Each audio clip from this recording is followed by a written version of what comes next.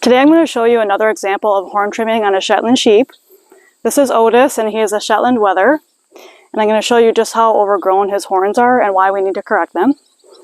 So I'll go ahead and zoom in close, and his left horn is the worst. So you don't want the horn to curl in and be touching the skull. So this one is literally touching his cheek. I will have to loop underneath of it to get it trimmed.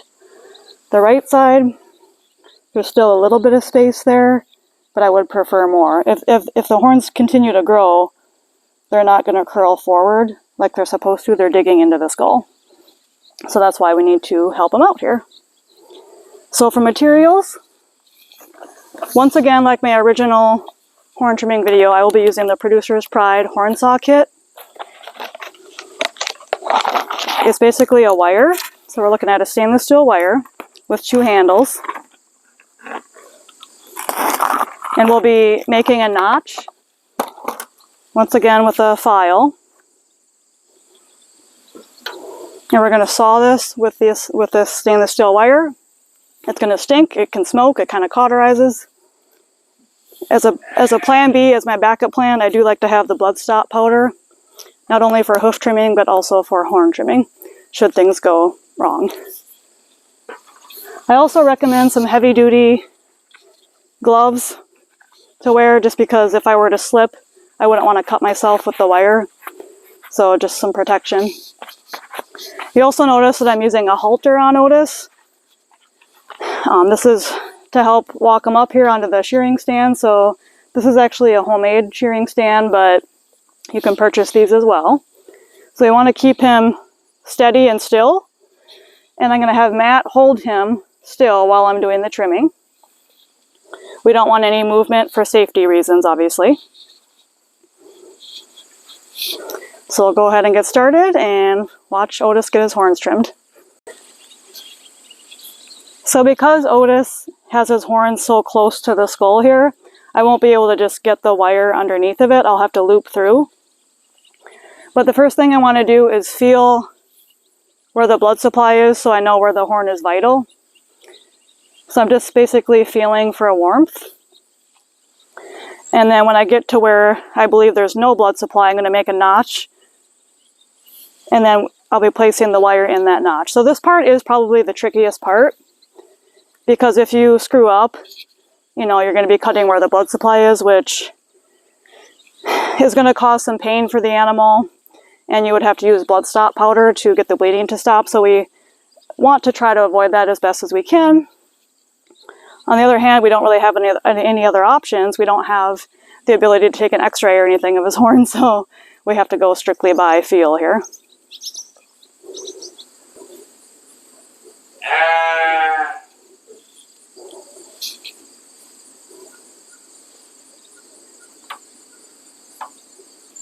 So when in doubt, I would prefer to be more conservative and cut a small amount off at a time. You can always cut more, but you can't put it back on, right? So we're just going to start at a conservative level. To me, it feels cooler from about here down, but that would be rather aggressive. So I'm going to start conservatively and make a notch lower down.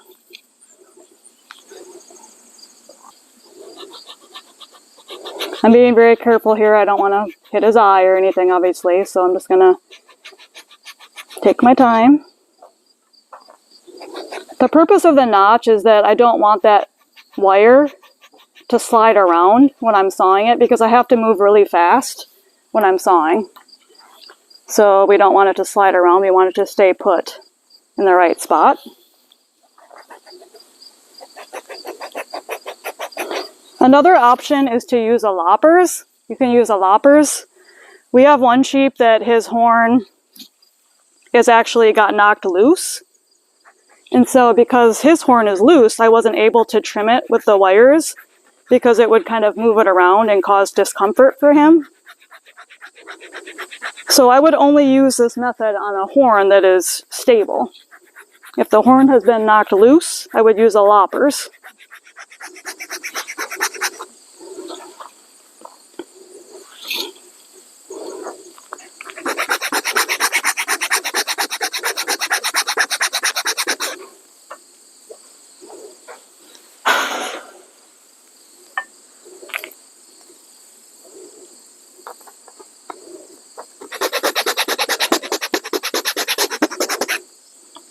Okay, so that notch should be good. If I need to do more, I'll just come back and make it deeper if I need to. So now I'm going to recruit Matt to come in and help hold the animal for me, so we can hold him still. You gotta be over here. Okay. Yeah. All right. Okay, let's get the wire out. Yep, so I don't know if you want to straddle him, but...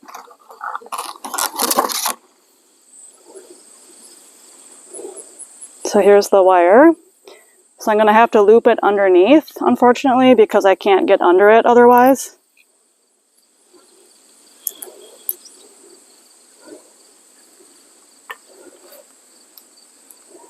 There it is, right there, yep. So we're going to grab some gloves. Ideally, Matt would be wearing some gloves as well. Safety first.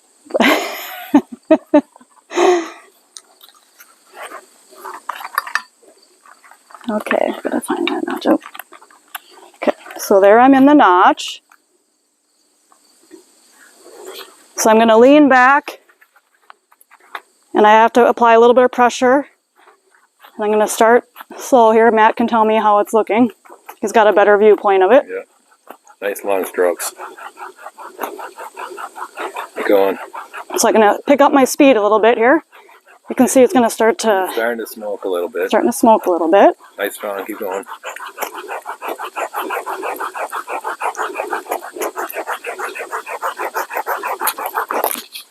And just like that, it's off. And just like that, it's off. And I'll see if Let's see. Good thing we got it here. You can see it's already into his skin a little bit. Okay, yeah, so we'll get a close-up of that. I just want to show you right now the actual horn. So we did good. We were successful in that we did not hit the blood supply, so we stayed in the non-vital area. So here's a close-up of that. So over time, we can always cut more and reevaluate later on, but like I said, I like to be conservative. So that looks really good. I'm going to go ahead and take a close-up right now to show you what it looks like on his face. Okay, so this is a close-up of what we just trimmed. Now if you look carefully at his cheek, give us a chance to focus. There's actually an indentation in his skin here. A little hard to see with the black, but there's a little bit of redness in the skin, and then a little scabby area here. So now that can heal up. Swinging over, I'm just going to look underneath the horn. And he does not look distressed in any way. He's in no pain. Of course, he's not, enjoying being away from his flock right now, but we're almost done. We got one more horn to do. Then we can go out on pasture and enjoy the rest of the day. So let's carry on with the second horn. So we are ready to do the other horn now. So we're going to go back to making the notch and feeling the horn for the non-vital area.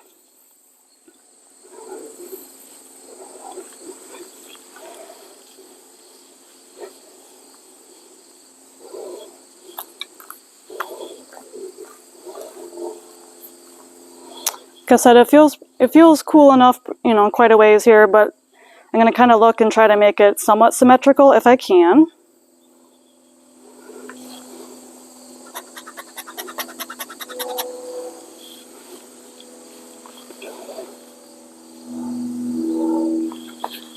Maybe just a little bit.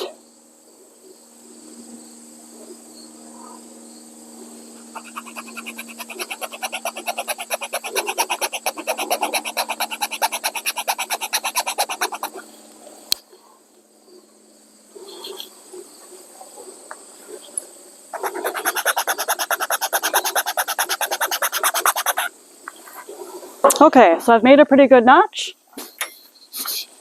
So once again, we're going to get this wire underneath and into the indentation.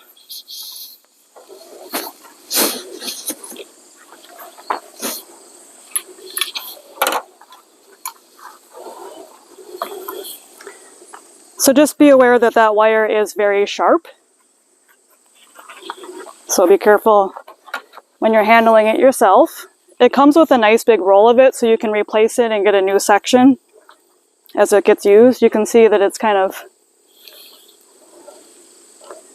you can see the pieces of horn on that part that it cut. So it's, you don't want to keep reusing that same piece indefinitely. Oops. I know, buddy. He says, oh no, not this again. It's a little bit awkward doing it on the other side. Let's come over side so that people can see. Yep. Okay, make sure I want it to be in the lower notch. Yep. Here we go. We're going to apply a little bit of pressure. Oop, I already slipped a little bit, so Okay, keep going. if I slip too much, I can make my notch a little bit deeper if I need to. You go ahead and nice long strokes.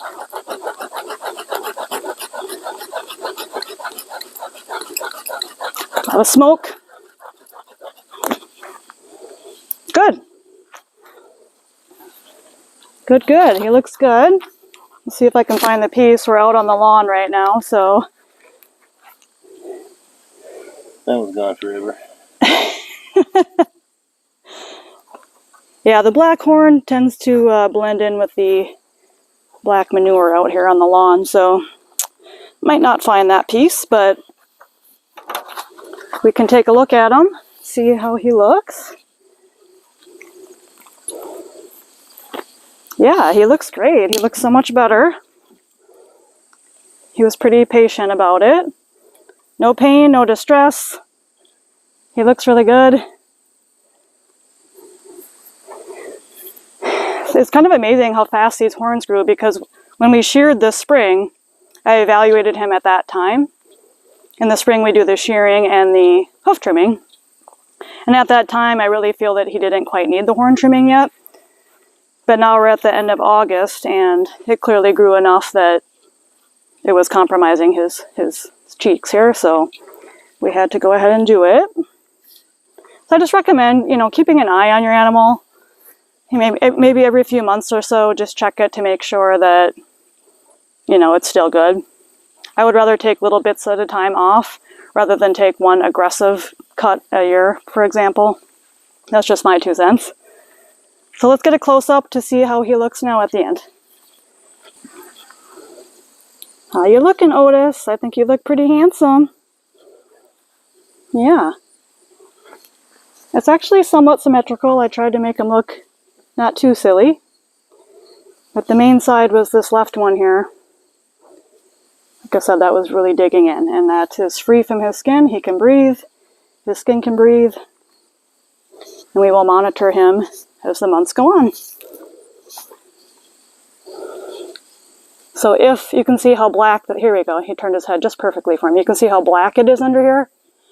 If we had hit the blood supply, and yes, I have done that once before, we want to avoid that, but if you do, it would be bleeding. So you would apply this blood stop powder, which is what I have here, and you would, grab some gloves, paper towel, and blood stop powder, and you would apply the powder to the blood and apply with firm pressure, and the bleeding will slow down versus not using it at all. Sometimes you just can't get the bleeding to stop, so I really like having that product for horns and hoofs both.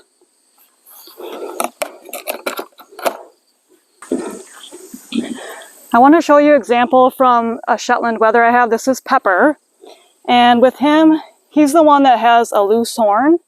So his right horn is normal and stable, and the left one here is loose.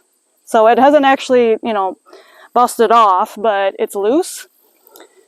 So I wasn't able to trim that horn with the wire horn saw kit, because as I sawed on it, it would wiggle the horn and it would cause some discomfort for him. So another option we did was using a Loppers, like a pruning Loppers. And so that's what we did with him. I'm kind of keeping an eye on him. I may have to do it again because it's kind of getting close to his face again.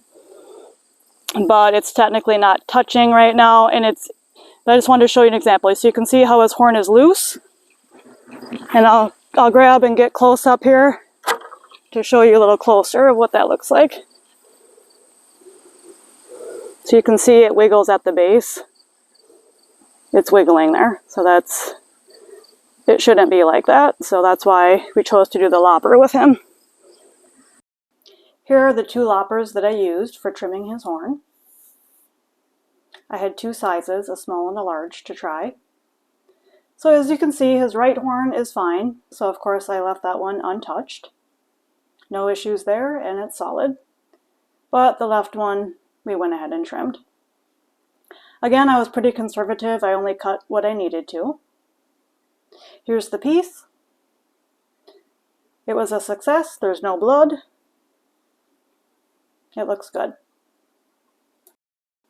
I'm holding it up so you can kind of eyeball just how much I removed. Pepper looks pretty chill here. He's definitely not stressed out. The loppers did not cut as smoothly as the horn saw kit, so I ended up using my hoof trimmers here to get the remaining jagged or uneven portions. So in the end, I had 2 jagged pieces that I needed to clean up. I use a serrated hoof trimmer that you can get from either Amazon or Premier One supplies. Now we have a smoother finish.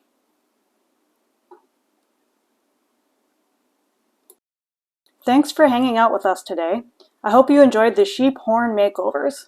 If you enjoy sheep horn trimming, I have another video where I trim one of my wethers named Cash.